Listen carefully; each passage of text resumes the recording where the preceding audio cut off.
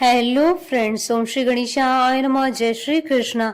आप सभी का स्वागत है आपके अपने YouTube चैनल पर।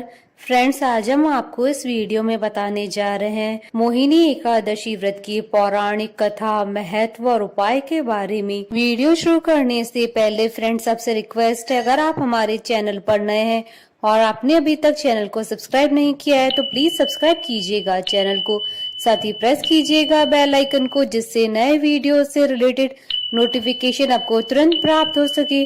और वीडियो पसंद आने पर वीडियो को लाइक और शेयर जरूर कीजिएगा, ताकि सभी भक्तों को इस वीडियो का लाभ प्राप्त हो सके।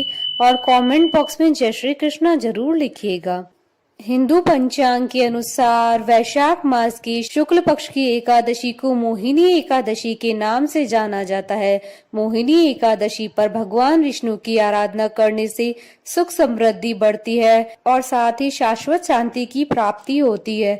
अतः इस दिन व्रत उपवास रखकर मोह माया के बंधन से मुक्त होने के लिए यह एकादशी बहुत लाभदायी है। मोहिनी एकादशी के व्रत से मोह आदि सब नष्ट हो जाते हैं। संसार में इस व्रत से कोई श्रेष्ठ व्रत नहीं है। इसके महात्म को पढ़ने अथवा सुनने से 1000 गोदान का फल प्राप्त होता है।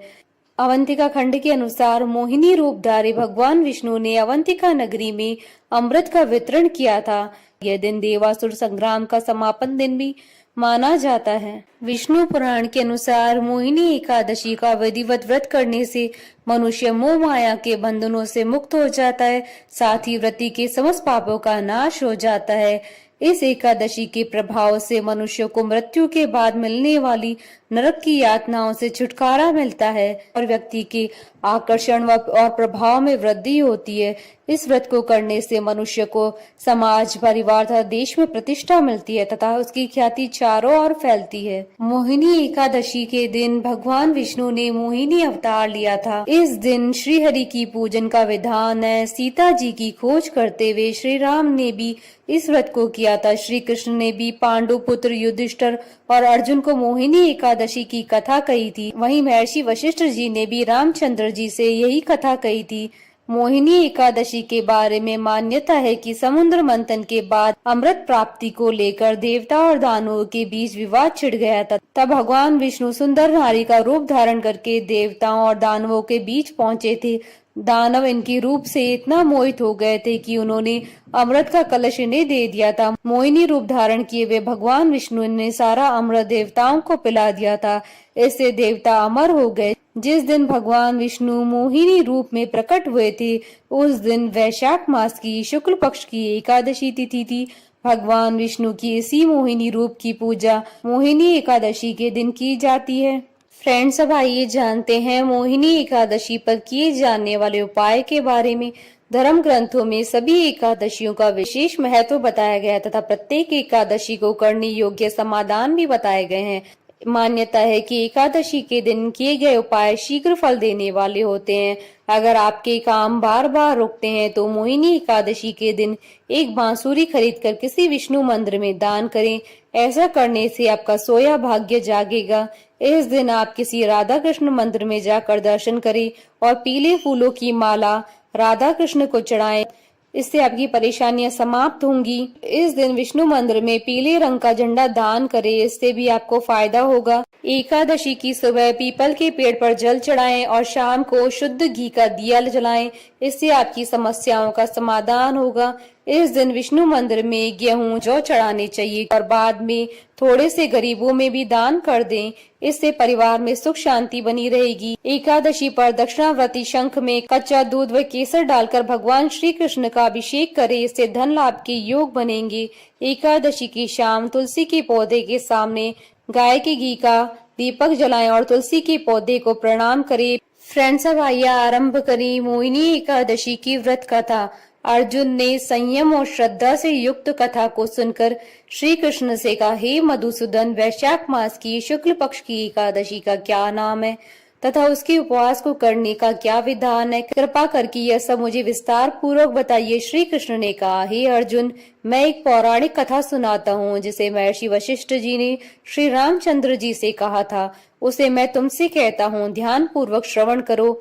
एक बार की बात है, श्री राम जी ने महर्षि वशिष्ठ से कहा, हे गुरु श्रेष्ठ, मैंने जनक नंदनी सीता जी के वियोग में बहुत कष्ट भोगे हैं, अतः मेरे कष्टों का नाश किस प्रकार होगा?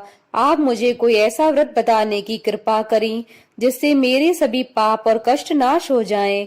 महर्षि वशिष्ठ ने कहा, हे श्री राम, आपने बहुत उत्तम प्रश्न किया है। आपकी बुद्धि अत्यंत कुशाग्र और पवित्र है। आपके नाम के स्मरण मात्र से ही मनुष्य पवित्र हो जाता है। आपने लोकहित में यह बड़ा उत्तम प्रश्न किया है। आपको एक एकादशी का व्रत का महात्म सुनाता हूँ। वैशाख मास की शुक्ल पक्ष की एकादशी का नाम मोहिनी एकादशी है। इस एकादशी का उपवास करने से मनुष्य के सभी पाप तथा कलेश नष्ट हो जाते हैं। इस उपवास के प्रभाव से मनुष्य मोह के जाल से मुक्त हो जाता है। अतः हे राम, दुखी मनुष्य को इस एकादशी का उपवास अवश्य ही करना चाहिए। इस व्रत को करने से मनुष्य के सभी पाप नष्ट हो जाते हैं। अब आप इसकी कथा को श्रद्धा पूर्वक सुनिए। प्राचीन समय में सरस्वती नदी के किनारे भद्रावती नाम की एक नगरी बसी हुई थी। उस नगरी में द्युतिमान नामक राजा राज्य करता था। उसी नगरी में एक वैश्य रहता था जो धन धान्य से पूर्ण था। उसका नाम धनपाल था। वह अत्यंत धर्मात्मा तथा नारायण भक्त था। उसने नगर में अनेक भोजनालय, प्याऊ, कुएं, तालाब, धर्मशालाएं आदि बनवाए। सड़कों के किनारे आम, जामुन, नीम आदि के वृक्ष लगवाए जिससे पथिकों को सुख मिले। उस वैश्य के 5 पुत्र थे, जिसमें सबसे बड़ा पुत्र अत्यंत पापी व दुष्ट था। वह वैश्याओं और दुष्टों की संगति करता था। इससे जो समय बचता था उसे वह जुआ खेलने में व्यतीत करता था। वह बड़ा ही अधम था और देवता, पितर आदि किसी को भी नहीं मानता था। अपने पिता का अधिकांश धन वह बुरे व्यसनों में ही उड़ाया करता था।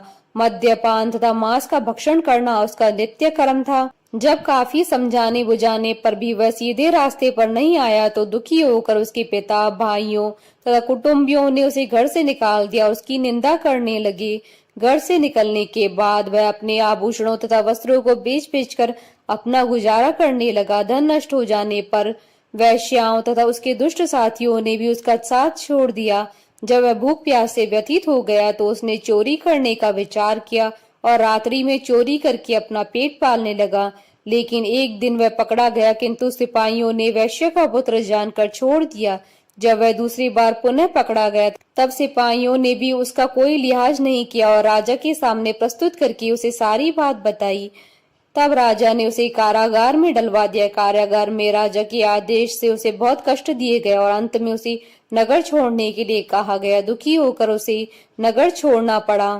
अब वह जंगल में पशु पक्षियों को मारकर पेट भरने लगा। फिर बहेलिया बन गया और धनुष बाण से जंगल के निरीह जीवों को मार मार कर खाने और बेचने लगा। एक बार वह भूख और प्यास से व्याकुल होकर भोजन की खोज में निकला और कौंडिन्य मुनि के आश्रम में जा पहुंचा। इन दिनों वैशाख का महीना था। कौंडिन्य मुनि गंगा स्नान करके आए थे। उनके भीगे वस्त्रों की छींटे मात्र से इस पापी को कुछ सद्बुद्धि प्राप्त हुई।